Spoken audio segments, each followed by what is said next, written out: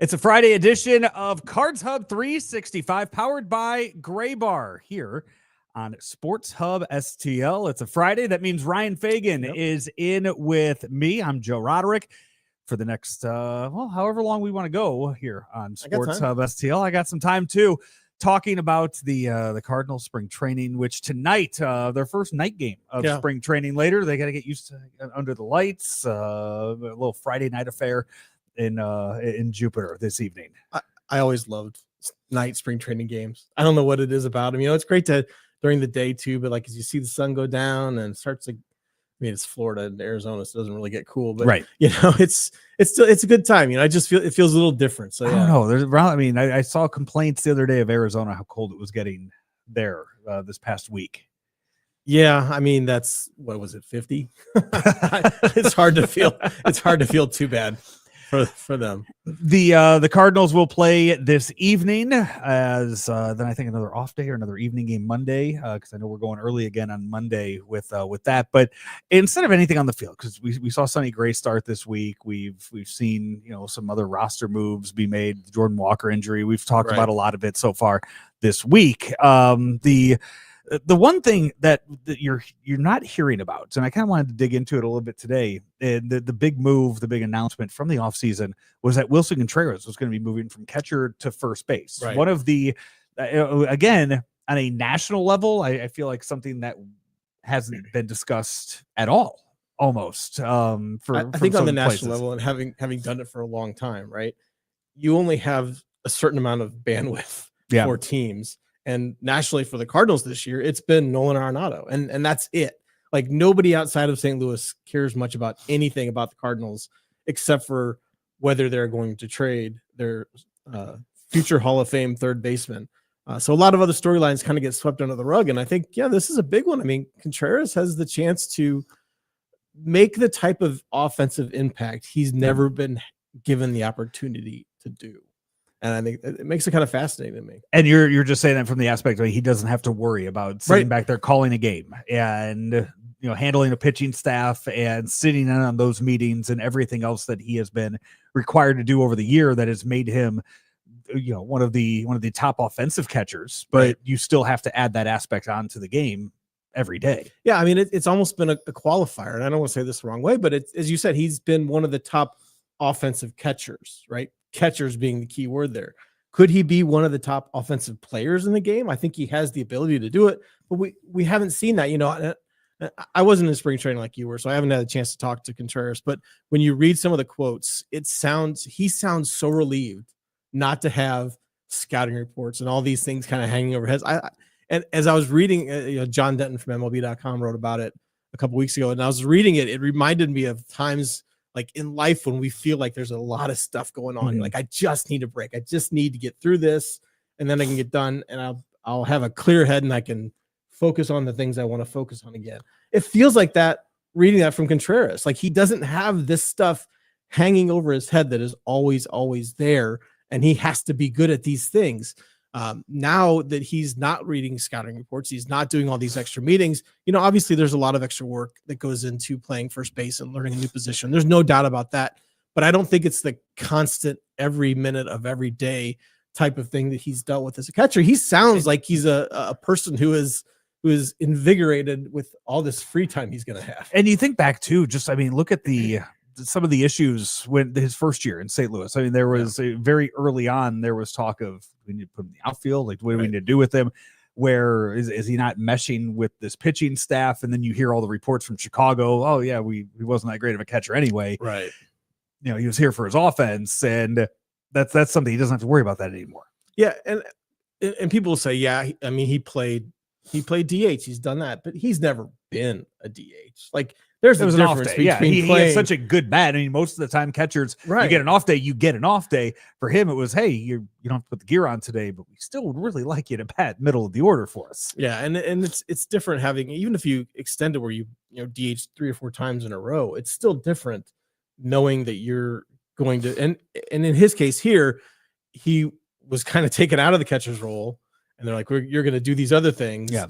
And then it wasn't long before he was put back into the catcher's role. So it still is not that, that mental break that we're talking about, and just the ability to fully focus. Because I guarantee you, when he was moved to DH and move away from catcher happened, he didn't think, okay, great, I've got this all off my plate, I can go ahead and just focus on hitting. And it wasn't like that at all. I think that's why them making this decision and making this announcement so long ago, I think that was part of it, to give him the chance to, hey, you can come into this season, you can maybe get 550 plate appearances for the first time in your life. Like, he's not done that. You look at Contreras, and he has what, five seasons, I think, of 20 plus home runs.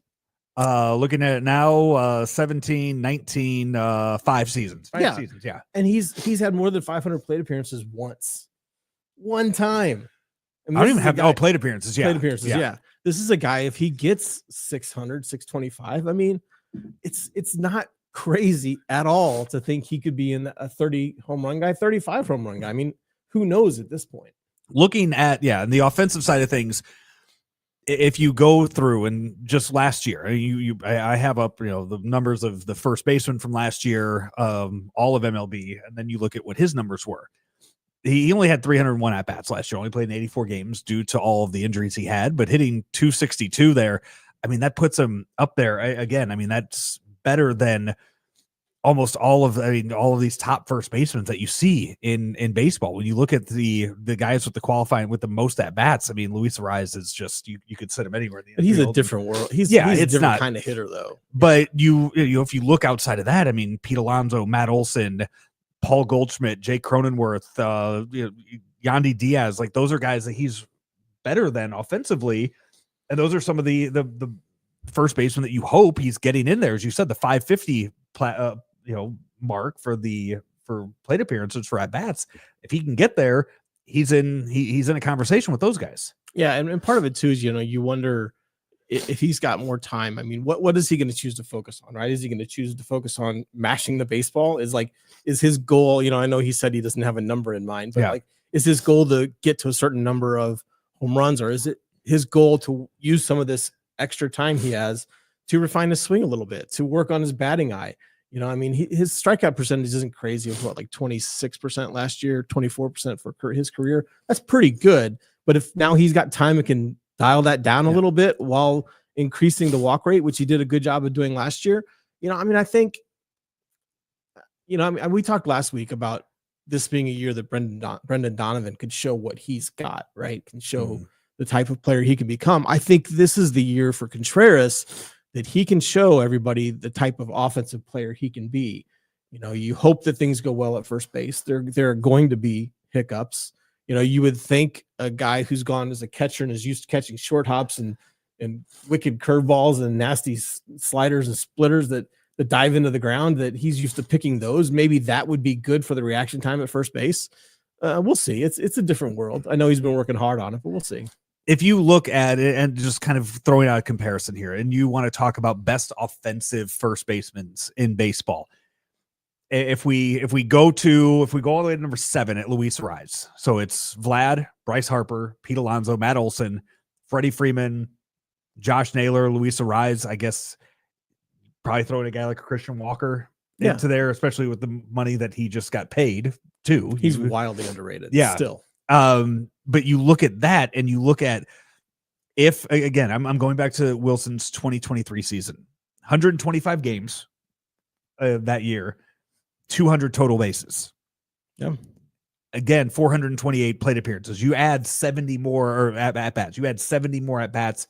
Add 100 more at bats. I was gonna say, hopefully, like 100 to 150 more. And then you're looking at what you could do, total bases wise. I'm looking here. I mean, you're up there in that conversation with, do you have a first baseman? If you're sitting here and you're talking about the top offensive first baseman, and you have somebody that is right in line with a Matt Olson or a Freddie Freeman, you got to be pretty happy with that, having that number 3 in your order. Yeah, I think, if the Cardinals are going to surprise, we talk about the young kids, and it's true. I mean, we talk about the development of these young players and what they're going to become, what they could become.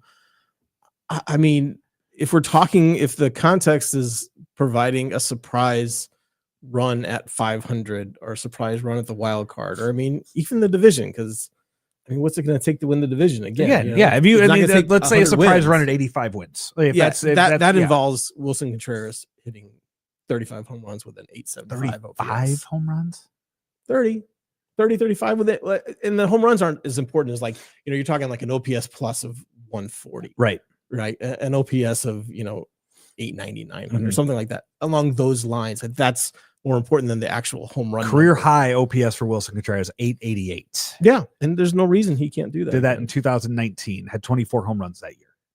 Yeah. There's no reason he can't do that again. And I think, that rise, that increase on the numbers is what I think is expected from him doing that. And okay, my overreaction maybe a bit when you said 35 home runs, but when you think about it and you mentioned, I didn't get a chance. I barely saw him down at when I was in Jupiter, because I think this is a guy that's also spending so much time defensively, and we'll get into that in a bit, but he's switching to a new position. He's trying to learn how to play a new position. And so he was in the backfields working. He was doing all that while also still getting the reps and hitting. But the one thing you're hearing about is the muscle that he's put on, and how he is, primed to be able to go do that and go play first base and be stronger and hit harder and increase his offensive output.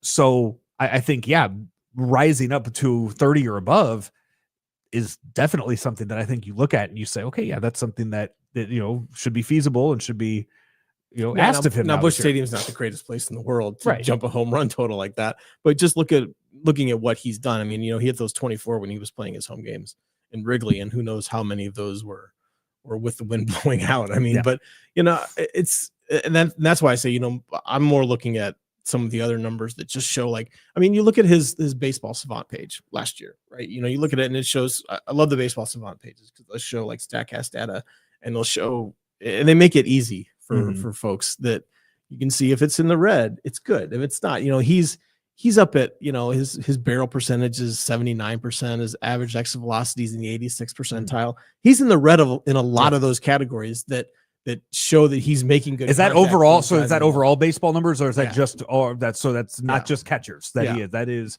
looking at what those offensive numbers are, how they relate to every other hitter in Major League Baseball. Yeah. So he's way up there. I mean, he's again, the ballpark isn't the friendliest ballpark for hitters, but he hits the ball hard, and I think that's where you want to start with. And if that's where your base is, that's a good thing. Your comments are welcome here on Cards Hub at 365. Your expectations of Willson Contreras this 2025 season. Hey, we're powered by our friends over at Gray Bar. Gray Bar, your electrical and datacom, for all of your electrical and datacom needs. Your distributor is Gray Bar. Find them online, graybar.com. The big thing, though, then the reason I kind of wanted to talk about this today, Ryan, was as you look at all these stories coming out, we've heard about all of the work that, Nolan Gorman is doing, and, the new hitting coach, and some of the other, John Jay's not working with Jordan Walker, and Ivan Herrera, he went to Driveline. You're hearing all of these stories of all of these things that guys have done. We haven't heard anything, I feel like, about Willson Contreras and his move to first base, which I kind of look at that as a very, very good thing, where no news is good news. Like the offensive lineman, right? If you right. never hear about it. If you the guy retires and never had a hold call, and you're like, oh, okay, never knew that type thing. Yeah. But you look, and I went back. I know I referenced this article last week. There was an article in Yahoo. It was about the 6 MLB position changes to watch. And it was Altuve second to left field. It was Trout center to right field. I don't think that should count. Bregman was a maybe if he was going to move positions. Jazz Chisholm, Mookie Betts to short. It was stories like that. And then Jonathan India second to left field. I feel like if you watch, enough baseball national stuff, read enough national stuff, Jose Altuve going from second base to left field seemed like a pretty big story this offseason. Yeah. And that all had to do with Bregman. And that's what it was. It was initially framed as, I will move to left field if it, and not that Altuve specifically said that, but it was framed as if he'll move to left field if Bregman comes back. Yeah. So then Paredes could move over to second and Bregman could stay at third. Well, it turns out they were probably going to do that anyway. Yeah. And that was just a convenient way to put that. Yeah. So that was that's a big deal.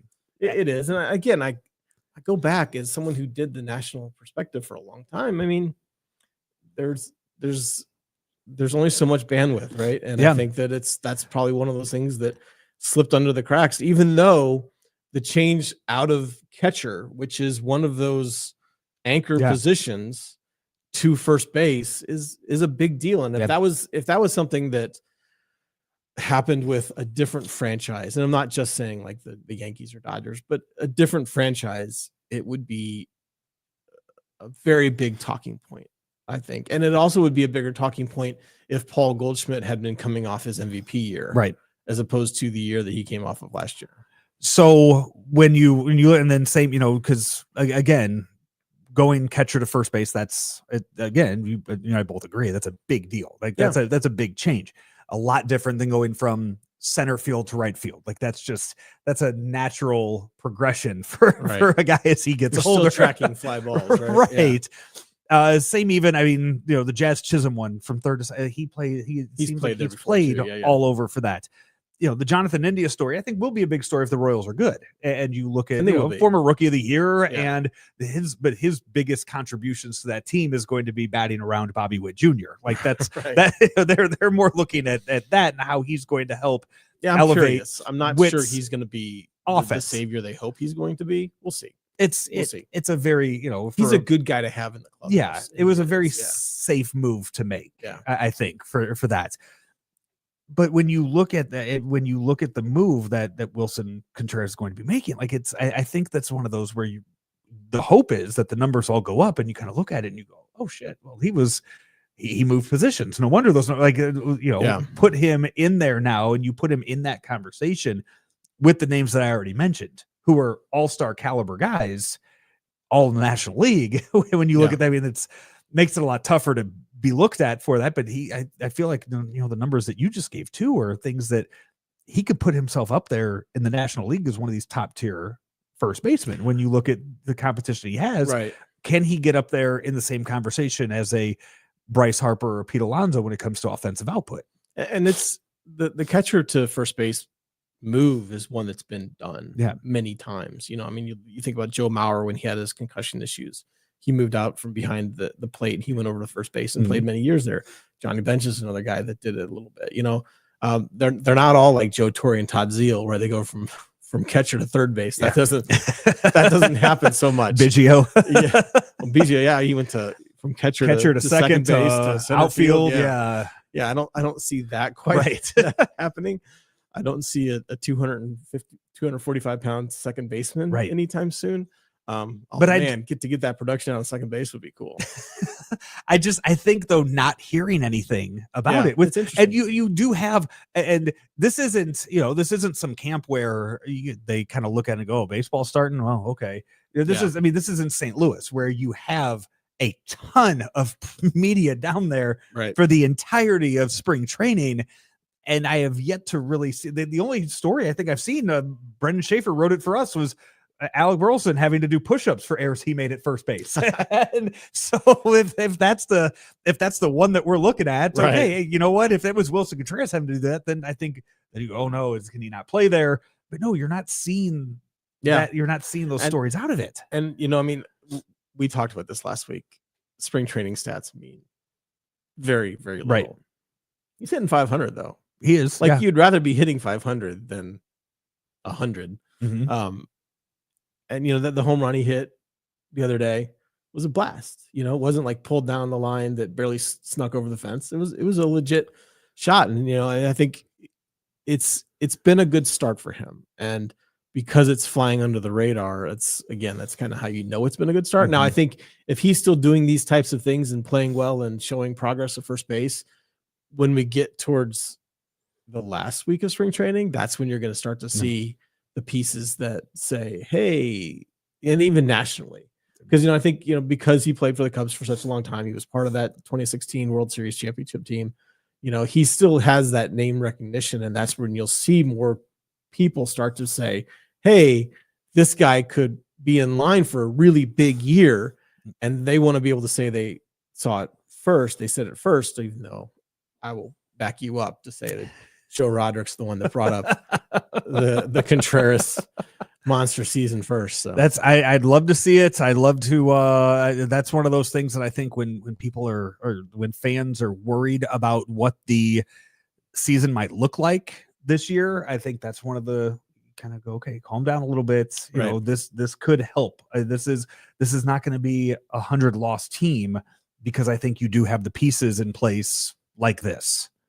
Yeah, I think the chances of it being a 100 loss team are much lower than the chances of it being an 81 win team, 85 win team. Yeah, even. So now 90 is going to be, I don't know, that's not going to happen unless things dramatically spring forward. But yeah, I mean, there are too many good players for this to be a team that falls apart. No Willson in the lineup for Friday. Mason Wynn leads off at short. Victor Scott's at second, is in center field. Lars Nootbaar in left. Nolan Arenado is at third. Alec Burleson first tonight. Ivan Herrera behind the plate. Nolan Gorman DHing. Jose Fermin at second, and Jose Barrio is in right field with Miles Michaelis pitching for the Cardinals. It's another big year for Michaelis too. I mean, it is. It's one of. I mean, not in a good way, but it's another big year for him. It's one of those where you hope he does well enough to where you don't have to have a tough conversation at some point mid-season. Yeah, throw strikes, but don't throw them over the middle of the plate. Right. Get that movement back.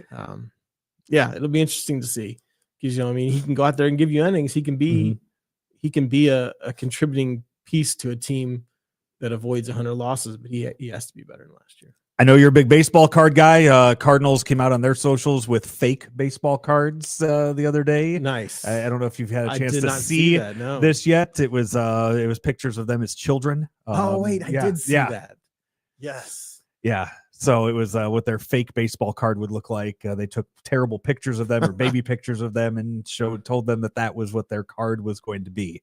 So that's cool. Yeah. Not to get off on another subject, but like, I wrote about this a couple times in the last couple of years. I was at Sporting News, but just like the rise of the card artists and these baseball card artists that are creating their own cards, it's crazy what they're doing. Like some of the quality things they're doing, and some of them, you'd hope like Fanatics with Topps would grab a hold of them and be like, hey, let's do this for real. It's been cool to see kind of how that has developed and the creativity that's out there, and it's cool to see the Cardinals kind of jumping on that as well. Yeah. The baseball. I mean, it seems like cards of just as a whole are starting to come back. It seems like it's starting to get another resurgence. How I know much it was time big you during got? COVID. We can go on that for a long time. Yeah, it is. It is the COVID, the pandemic surge was unlike anything that anyone in the hobby had seen since the junk wax era. It's not quite at that level anymore, but it is still a lot stronger than it was pre-pandemic. And Fanatics is doing a lot of things that is interesting.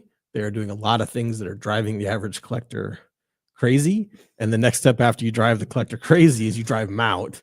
So, we'll see how they handle these next couple of years. At some point, you can't walk into Target and pay $35 for a blaster that cost $19 3 years ago.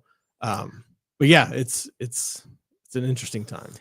This is Cards Hub 365, powered by Gray Bar. If you're still suffering from supply chain issues and they're disrupting your operations, have no fear. Gray Bar has you covered, and you can rely on their nationwide logistics network to get what you need, where you need, when it needs to get there, all within budget. Gray Bar, a trusted and leading North American distributor of electrical, communications, data networking, and industrial products. Gray Bar literally supports products of any industry: construction, hospitals, industrial plants, schooling. Doesn't matter. They have just one clear mission: to serve as that vital link in the supply chain, adding value for customers and suppliers with innovative solutions and services. Here's what you need to do. Visit graybar.com to start an order today. Graybar.com, and fix those supply chain issues with Gray Bar, your distributor for electrical and data comm needs. Ryan, you will be back next Friday for another edition of this, and you are also going to be taking part in some of our Sports Hub STL games that are coming soon. If you saw in the newsletter yesterday, you saw the little tease that we have. be sure to tune in to what we're going to be debuting. I believe maybe the first one later this afternoon, but Nice. a few other ones already in the mix as well. Cards Hub 365 coming your way all weekend long, 365 days a year. But that's not going to do it for us here on Sports Hub STL today. We will have any Blues news, Blues Hub instant reaction if a trade is made before the deadline, and if nothing's made, we'll still come your way and have instant reactions to why they held the way they did. But until next time, he's Ryan Fagan. I'm Joe Roderick. This has been Cards Hub 365, powered by Gray Bar here on Sports Hub STL.